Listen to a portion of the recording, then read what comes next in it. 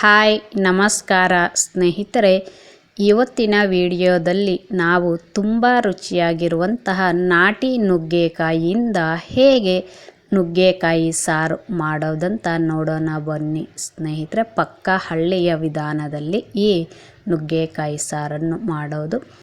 ಈ ರೀತಿ ಸಾರು ಮಾಡಿಕೊಂಡು ತಿಂದರೆ ಸ್ನೇಹಿತರೆ, ಒಂದು ಮುದ್ದೆ ತಿನ್ನೋರು 2 ಮುದ್ದೆ ತಿನ್ನಬೇಕು ಸ್ನೇಹಿತರೆ, ಅಷ್ಟು ರುಚಿಯಾಗಿರುತ್ತೆ.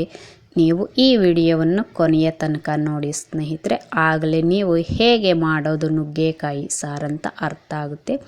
ಅರ್ಧ KGಯಷ್ಟು ನುಗ್ಗೆಕಾಯಿನ ತಗೊಂಡಿದ್ದೀನಿ ಸ್ನೇಹಿತರೆ. ಸಣ್ಣದಾಗಿ ಈ ಥರ ಕಟ್ ಮಾಡಿ ಇಟ್ಕೊಂಡಿದ್ದೀನಿ. ನಮ್ಮ ವಿಡಿಯೋಸ್ ನಿಮ್ಗೆ ಇಷ್ಟ ಆದಲ್ಲಿ ಲೈಕ್ ಮಾಡಿ, ಕಾಮೆಂಟ್ ಮಾಡಿ, ಶೇರ್ ಮಾಡಿ ಸ್ನೇಹಿತರೆ. ಮರಿದಿರ ಸಬ್ಸ್ಕ್ರೈಬ್ ಮಾಡ್ಕೊಳ್ಳಿ. 1/4 ಕಪ್ನಷ್ಟು ನಾಟಿ ತೊಗರಿಬೇಳೆ ತಗೋಬೇಕು ಸ್ನೇಹಿತರೆ. ಚಿಕ್ಕ ಗೋಲಿಯಷ್ಟು ಹುಣಸೆ ಹಣ್ಣನ್ನು ನೆನೆಸಿ ಇಟ್ಕೋಬೇಕು. ಇನ್ನು ಒಗ್ಗರಣೆಗೆ ಅರ್ಧ ಕಟ್ ಮಾಡಿರುವ ಈರುಳ್ಳಿ, ಸಾಸಿವೆ, ಜೀರಿಗೆ, ಕರಿಬೇವು, ಹಾಗೆ ಸ್ವಲ್ಪ ಕೊತ್ತಂಬರಿ ಸೊಪ್ಪು ತಗೋಬೇಕು ಸ್ನೇಹಿತರೆ. ಇನ್ನು ನುಗ್ಗೆಕಾಯಿ ಸಾರು ಮಾಡೋಕ್ಕೆ ಬೇಕಾಗುವ ಮಸಾಲೆ ಪದಾರ್ಥಗಳು ಸ್ನೇಹಿತರೆ: ಅರ್ಧ ಟೊಮಾಟೊ, ಸ್ವಲ್ಪ ಒಣ ಕೊಬ್ಬರಿ, ಅರ್ಧ ಈರುಳ್ಳಿ, 4 ರಿಂದ 5 ಬೆಳ್ಳುಳ್ಳಿ ಸೀಳು, ಸ್ವಲ್ಪ ಕೊತ್ತಂಬರಿ ಸೊಪ್ಪು, 2 ಸ್ಪೂನ್ ಸಾಂಬಾರು ಪುಡಿ, 1.5 ಸ್ಪೂನ್ ಖಾರದ ಪುಡಿ, ಅರ್ಧ ಸ್ಪೂನು ಅರಿಶಿನ ಪುಡಿ ತಗೋಬೇಕು ಸ್ನೇಹಿತರೆ. ಕೊರಗೆ ಸ್ವಲ್ಪ ನೀರನ್ನು ಸೇರಿಸಿ ಬಿಸಿ ಆಗೋಕ್ಕೆ ಬಿಡಿ ಸ್ನೇಹಿತರೆ. ಬಿಸಿ ಆದ ನಂತರ ಆ ನೀರಿಗೆ ನಾವು ತಗೊಂಡಿರುವ ನಾಟಿ ತೊಗರಿ ಬೇಳೆನ ತೊಳೆದು ಹಾಕ್ಕೋಬೇಕು ಸ್ನೇಹಿತರೆ. 2 ರಿಂದ 3 ವಿಸಲ್ ಇಟ್ಕೋಬೇಕು. ತೊಗರಿ ಬೇಳೆ ಚೆನ್ನಾಗಿ ಬೆಂದಿರಬೇಕು ಸ್ನೇಹಿತರೆ, ಆವಾಗಲೇ ನುಗ್ಗೆಕಾಯಿ ಸಾಂಬಾರು ಚೆನ್ನಾಗಿರುತ್ತೆ.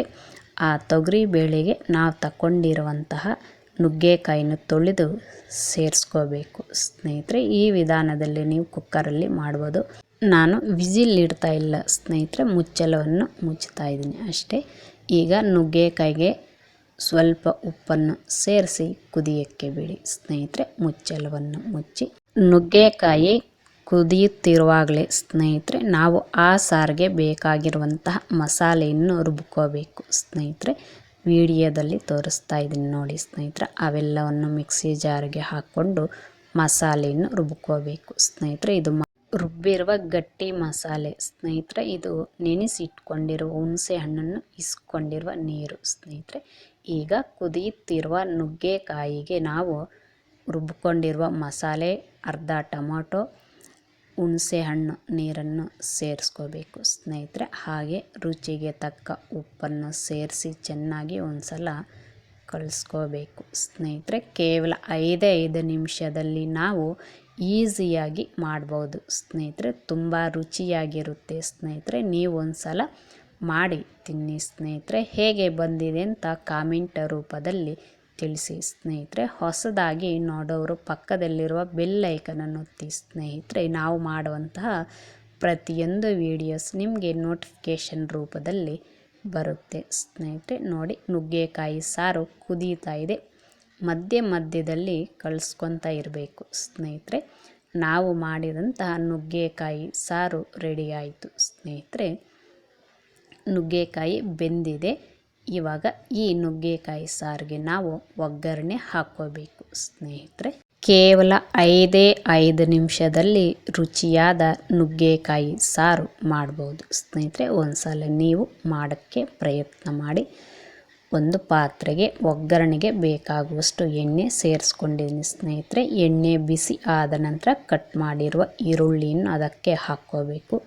ಸಾಸಿವೆ, ಜೀರಿಗೆ, ಕರಿಬೇವನ್ನು ಸಹ ಸೇರಿಸ್ಕೊಂಡು ಈರುಳ್ಳಿ ಸ್ವಲ್ಪ ಕೆಂಪಗೆ ಆಗಬೇಕು ಸ್ನೇಹಿತರೆ. ತುಂಬ ರುಚಿಯಾಗಿ ಬಂದಿದೆ ಸ್ನೇಹಿತರೆ ನಾಟಿ ನುಗ್ಗೆಕಾಯಿ ಸಾರು. ಒಂದ್ಸಲ ಮಾಡಿ ತಿನ್ನಿ. ಒಗ್ಗರಣೆ ಕೆಂಪಗೆ ಆಗಿದೆ ಸ್ನೇಹಿತರೆ. ಆ ಒಗ್ಗರಣೆಗೆ ನಾವು ಮಾಡಿದಂತಹ ನುಗ್ಗೆಕಾಯಿ ಸಾರನ್ನು ಸೇರಿಸ್ಕೊಂಡ್ರೆ ರುಚಿಯಾದ ನುಗ್ಗೆಕಾಯಿ ಸಾಂಬಾರು ರೆಡಿ ಆಯಿತು ಸ್ನೇಹಿತರೆ. ಕೊನೆಯದಾಗಿ ಕಟ್ ಮಾಡಿರುವ ಕೊತ್ತಂಬರಿಯನ್ನು ಸೇರಿಸಿದ್ರೆ ತುಂಬ ರುಚಿಕರವಾದ ನುಗ್ಗೆಕಾಯಿ ಸಾರು ರೆಡಿ ಆಯಿತು ಸ್ನೇಹಿತರೆ. ಇದು ಸ್ನೇಹಿತರೆ ಇವತ್ತಿನ ವಿಡಿಯೋ.